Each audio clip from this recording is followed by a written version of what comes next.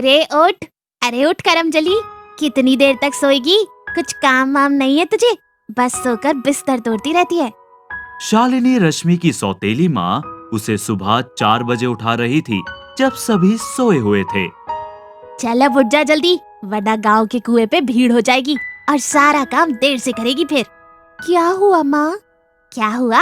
10 minute से उठा रही हूँ, कमबख्त कुंभकर्ण जैसी सो रही है। आज कुछ काम करना है कि नहीं? मैं अभी जाकर पानी ला देती हूँ।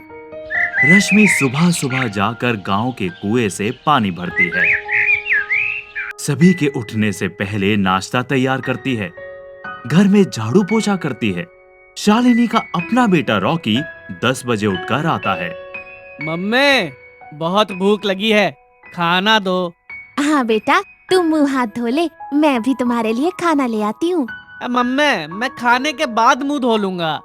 अच्छा, हाँ बैठ, मैं खाना लगवाती हूँ। रश्मि, और रश्मि, कहाँ मर गई? रश्मि भागते हुए आती है। क्या हुआ माँ? क्या हुआ बोल रही है? इतनी देर से आवाज दे रही हूँ, सुनाई नहीं देता? कहाँ थी तू? माँ, मैं वो आंगन में झाड़ू लगा रही थी। ठीक है, वो काम बाद में करना, अभी मेरे मुन्ना के लिए नाश्ता लगा दे। ठीक है माँ। रश्मि दोनों के लिए नाश्ता लेकर आती है। रॉकी पहला निवाला मुंह में लेते ही थूक देता है।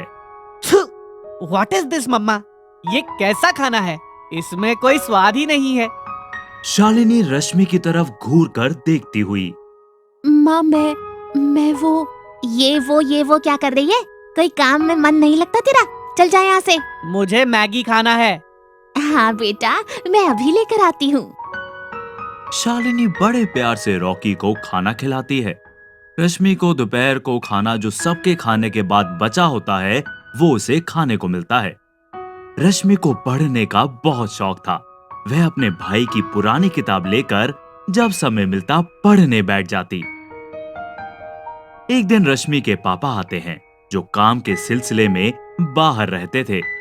कल पापा आने वाले हैं, अगर उनके सामने कुछ भी उल्टा सीधा बोला तो मैं तेरा मुंह तोड़ दूंगी।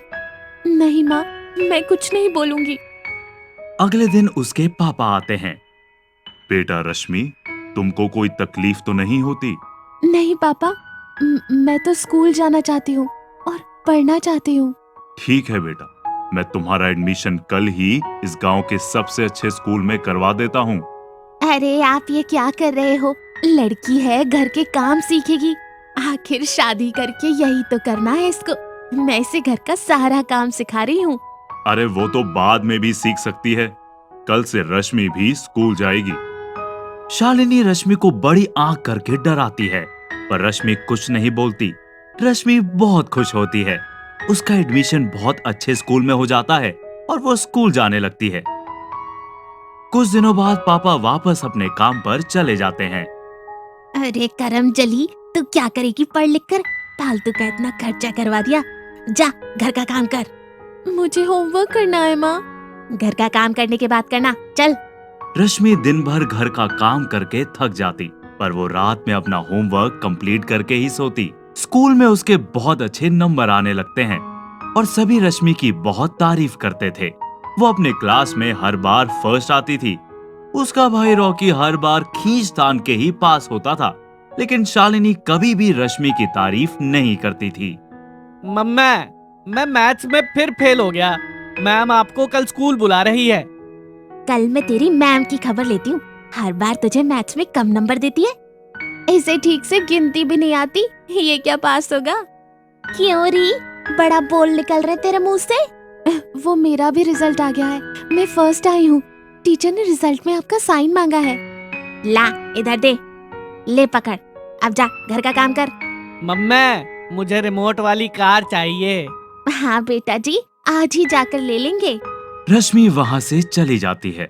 रश्मि को बहुत बुरा लगता है। इतने अच्छे नंबर लाकर भी उसे कोई इनाम नहीं मिलता है। वो मायूस होकर सो जाती है। तुमको पढ़ने का टाइम भी नहीं मिलता, दिन भर घर का काम करती हो, फिर इतने अच्छे मार्क्स कैसे आ जाते हैं? मैं तेरी जैसी रट्टू तोता नहीं हूँ, मैं समझ कर पढ़ती हूँ, इसलिए मुझे अच्छे नंबर मिलते हैं।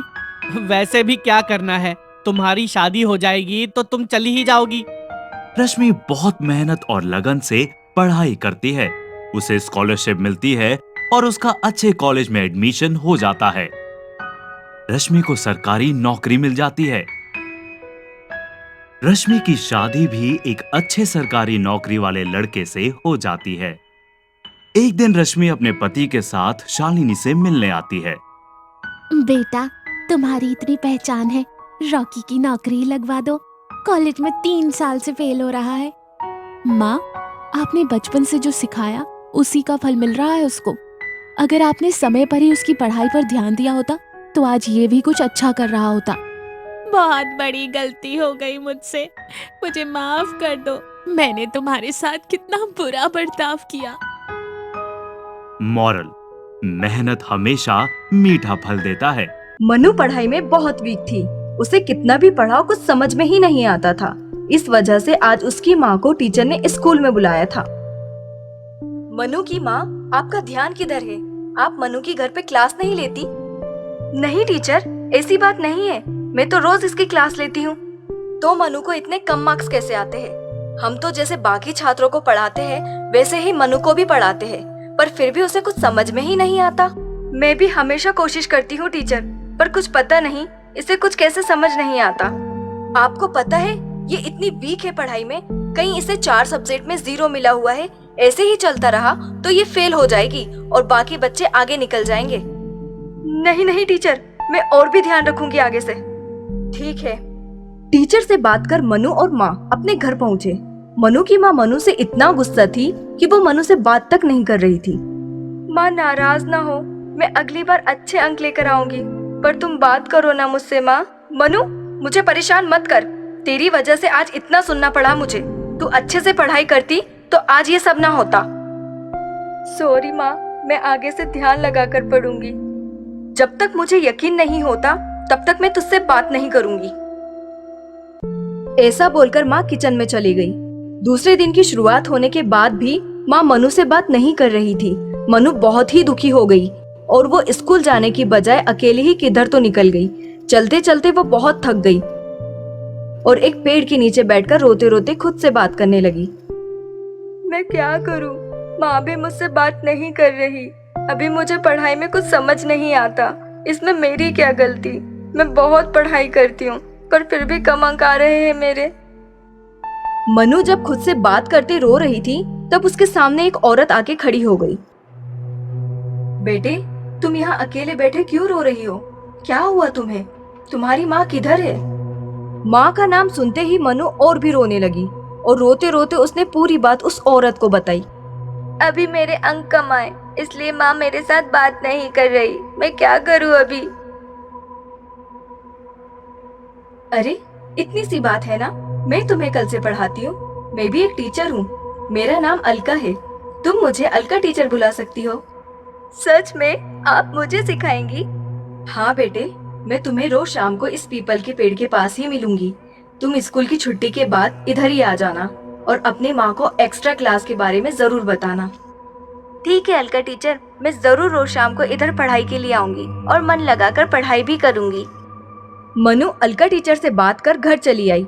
दूसरे दिन से मनु अपनी माँ को बताकर अलका टीचर के पास पढ़ाई करने जाने लगी। आ गई मनु, चलो हम पढ़ाई करने बैठते हैं। अलका टीचर, पर हम इधर ही बैठेंगे, मतलब आप किधर रहती हो? मैं 2 घर छोड़कर दूर जो घर दिखाई दे रहा है उधर ही रहती हूँ। तो हम घर चलकर पढ़ाई नहीं कर सकते? मनु, इधर हवा देखो कितनी अच्छी आ रही है। नेचर के साथ सीखूंगी तो और भी मन लगाकर पढ़ाई कर पाऊंगी और यहाँ तो कोई भी नहीं है तो अच्छे से भी पढ़ाई होगी। ठीक है, फिर इधर ही बैठते हैं। तो मनु पहले मुझे बताओ, तुम्हें कौन सा सब्जेक्ट ज्यादा पसंद नहीं है? मैथ्स मुझे ज्यादा पसंद नहीं है। तो ठीक है, आज हम उससे ही शुरुआत करते हैं। ये बहुत ही मजेदार है। इस तरह से अलका टीचर ने मनु को पढ़ाना शुरू कर दिया। ऐसे ही दिन जा रहे थे। मनु अलका टीचर के पास रोज पढ़ने के लिए जाती थी और उसकी पढ़ाई भी धीरे धीरे अच्छी हो रही थी। मनु के एग्जाम भी 2 दिन बाद आ गए थे। मनु, तुम्हारी पढ़ाई हो गई है ना? इस बार अंक अच्छे आने चाहिए। हाँ माँ, इस बार मैं तुम्हें शिकायत करने का मौका नहीं दूंगी। मैं अच्छे अंक लाऊंगी। मनु ने अच्छे से अपने एग्जाम दिए और जब रिजल्ट का समय आया तब सभी छात्रों के माँ बाबा को बुलाया गया। इस बार सभी बच्चों ने अच्छे अंक लाए हैं, पर उनमें से सबसे अव्वल आने वाली छात्र का नाम है मनु। मनु पूरी क्लास में फर्स्ट आई है। ये बहुत गर्व की बात है। सभी मनु के लिए तालियां बजाएं। मनु अव्वल आई। यह सुनकर मनु की माँ बहुत खुश हुई। मनु, आज तुमने मुझे बहुत गर्व महसूस करवाया है। बोलो, तुम्हें क्या चाहिए? माँ, ये सब अलका टीचर की वजह से हुआ है। हम उन्हें मिलने के लिए चलते हैं ना? हाँ बेटा, हम उन्हें मिलकर आते हैं। मनु और माँ अलका टीचर को मिलने पीपल के पेड़ के नीचे जाते हैं, पर वहाँ कोई नहीं होता। मनु, इधर तो कोई नहीं है।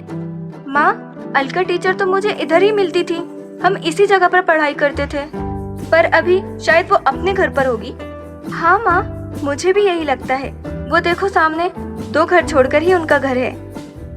मनु और माँ अलका टीचर के घर जाते हैं और उधर ताला लगा रहता है। अरे, ये तो बंद है। रुको, हम इधर किसी को पूछते हैं। उसी समय एक बूढ़ा आदमी उधर से जाता हुआ नजर आता है। चाचा, ओ चाचा। क्या हुआ बेटी? चाचा, इधर एक अलका टीचर रहती है ना, वो कहाँ गई है, बता सकते हो? हाँ बेटा, अलका टीचर रहती थी, पर वो 40 साल पहले की बात है। तुम अभी उन्हें क्यों ढूंढ रही हो? माँ ने चाचा को सब बात बताई। चाचा भी आश्चर्यचकित होकर सोचने लगे। क्या हुआ चाचा? अलका टीचर अभी किधर रहती है फिर? बेटी, अलका टीचर 40 साल पहले ही गुजर चुकी है। वो हमेशा उस पीपल के पेड़ के नीचे बच्चों को सिखाती थी, और अभी इस बच्ची को सिखाने के लिए वो इतने दिन से आ रही थी, पर वो उनकी आत्मा थी। माँ ये सब सुनकर शॉक हो गई। उसने मन ही मन अलका टीचर को धन्यवाद दिया और वो मनु के साथ घर लौट गई।